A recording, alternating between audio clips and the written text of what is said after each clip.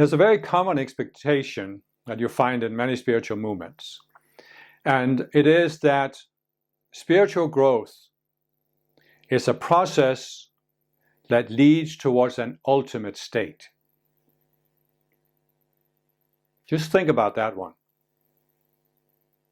Whatever spiritual movement or teaching you have been involved with, many of the ones out there, they project that you're walking a spiritual path that gradually takes you forward, but the end goal is this ultimate state. In my first spiritual movement, it was called cosmic consciousness, but there was even something beyond called unity consciousness, but this was the highest. In my second spiritual movement, it was the Christ consciousness, and ultimately you would ascend and become an ascended master, and being an ascended master was considered an ultimate state. And the reason why this is a toxic expectation is, well, first of all, it's unrealistic. There is no ultimate state. And I've explained this in my How the World Works videos, that even the Creator is constantly transcending itself and growing. In fact, the Creator is growing by creating us and whatever we are going through. And for us, the ultimate state is to reach the Creator consciousness, where we can then create our own universes and grow by doing that. So we are here on Earth. We are very, very far below the Creator consciousness, but we can walk the spiritual path until we come to the point where we reach the 144th level of consciousness, and then we can ascend and go into the ascended realm. But we ascend into what we might call the lowest level of the spiritual realm, and there are many levels up from there, but we can continue expanding our sense of self until we reach that Creator consciousness. So even becoming an ascended master is not an ultimate state. And then we can say, as I've explained, that at the 48th level, we start seeing ourselves as connected beings. And then we are pulling ourselves above the level of the collective consciousness until we reach the 96th level of consciousness. And then we go into these stages of, we might call it personal Christhood, or a more stronger connection to our higher selves and the ascended masters. But even that is not an ultimate state, because there are levels going up from the 96th to the 144th level. So there is no ultimate state that could ever be attained. It's just unrealistic to claim this. And it's unfortunately an effect of this, this whole mindset that really comes from the ego, that the ego wants to feel ultimately secure. And I've explained this in my How the World Works videos, the second one, How the Mind Can Deceive Itself, or How the Mind Deceives Itself, how we can go into this duality consciousness where now we are projecting this epic battle. There's an epic battle between God and the devil, capitalism, communism, this or that. And this is because when we go into separation, we go into this state of feeling incomplete. And we are trying to create a state of completeness by using the duality consciousness. But the duality consciousness is all illusions of the two extremes, the highest and the low, good and evil, truth and falsity. So it's all an illusion. So we are trying, the ego, the separate self, is trying to build this sense, this ultimate state by using illusions and elevating one illusion to the status of being absolute. And it's really just that the ego knows, the ultimate separate self knows that it's mortal. It can never become immortal. So it's trying to create the impression of immortality. It's trying to create the status that it's a god, and therefore it can never die. And it does this in this world. And so, as I said, the separate self would prefer that we didn't find the spiritual path, because in a sense it knows that if we keep walking the path, that will be the end of the separate self. There will come a point where we separate ourselves from it and let it die. But when we find the spiritual path, the ego will do everything it can to derail our progress, to had us come to a point where we feel we are spiritual people, but we are not making progress. And one of the ways it does this is this illusion that we can reach some ultimate state while we are still in embodiment on earth. Because once you think you have reached an ultimate state, well, you don't have to look at yourself anymore. You don't have to look for the illusion you still have that prevents you from ascending.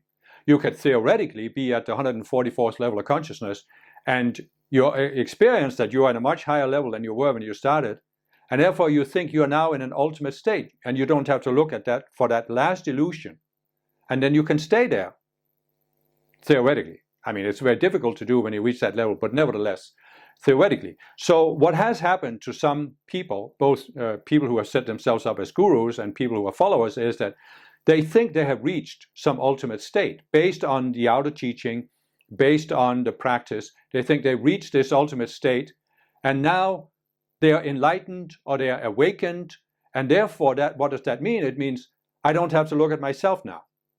And that is when the ego really is happy, because now you are satisfied. You have satisfied your drive to be a spiritual person, but you're trapped. So the ego has you really where it wants you.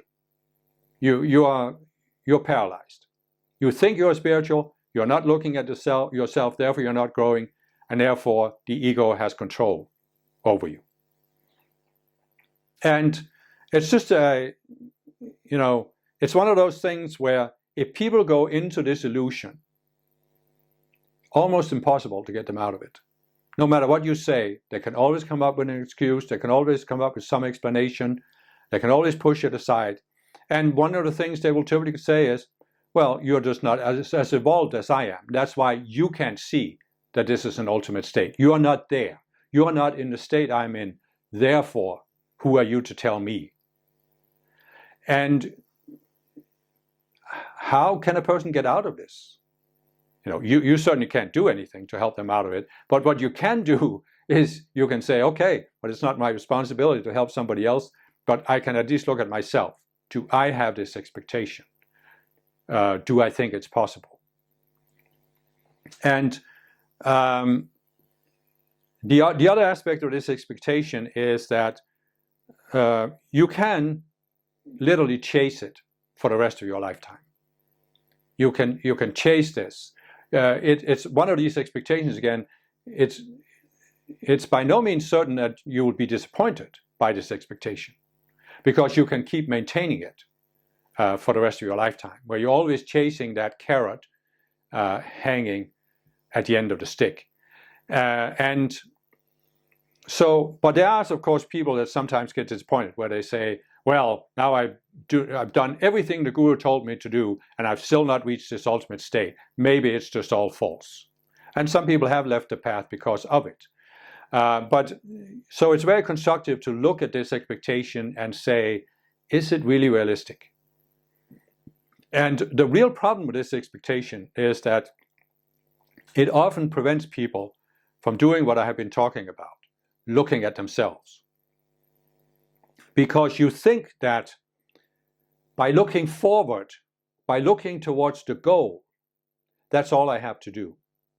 I have to doing the practice, looking at the goal, looking forward, and I don't have to look at my own psychology. And it's never going to work. I mean, it's again this: you can go into this point where you feel you're very spiritual, but you're not making progress. I see out there's some spiritual teachers that talk a lot about non-duality. And I have in several of both my breakthrough videos and the How the World Works videos, I've talked about non-duality. But I've also talked about duality. And there are some spiritual teachers out there that are talking about reaching a non-dual state, a state of no self, a state of enlightenment. And how do they prescribe you do it? Well, you have to come to the point where you make this shift where the separate self falls away. You see the illusion of the separate self. But these people don't talk very much about the psychology of the separate self, which is based on the duality consciousness, where there are always the two dualistic extremes.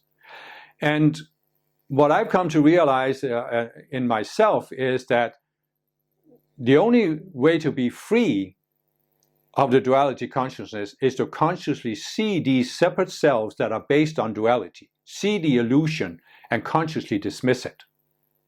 So just focusing on the goal, well, it's not going to get you there if you don't look at it. Some of these spiritual teachers, for example, would say, well, in reality, we are infinite awareness. And infinite awareness manifested itself as us. And then it forgot that it's infinite awareness. And so you just have to remember who you are. But you can't do that as long as you have all of these separate selves, because the separate selves are pulling you back into identification with them. So you have to unravel them one by one by one. It's almost like these teachers are not asking themselves, well, why did we get into separation? Why did infinite awareness get into separation? It did this by building this identity as a separate being, and it did this by creating all of these subconscious selves based on these dualistic illusions. So how do you get out of separation? Not by just one big epiphany where you wake up. No, by unraveling all of these separate selves one by one by one.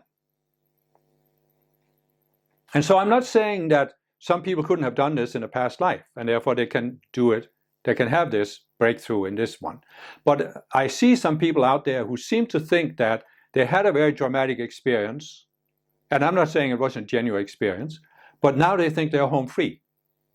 And that's not always the case. You can let go of a certain separate self, you can feel it was a great breakthrough, but there are still other separate selves left. And as I've said, there will be until you reach the 144th level. So if you allow yourself to think, now because I had this dramatic breakthrough, I must have reached the ultimate state, so now I don't need to look at myself anymore, well, how are you going to make progress? And how are you going to make it to that 144th level if you stop at any point? You can never allow yourself to stop.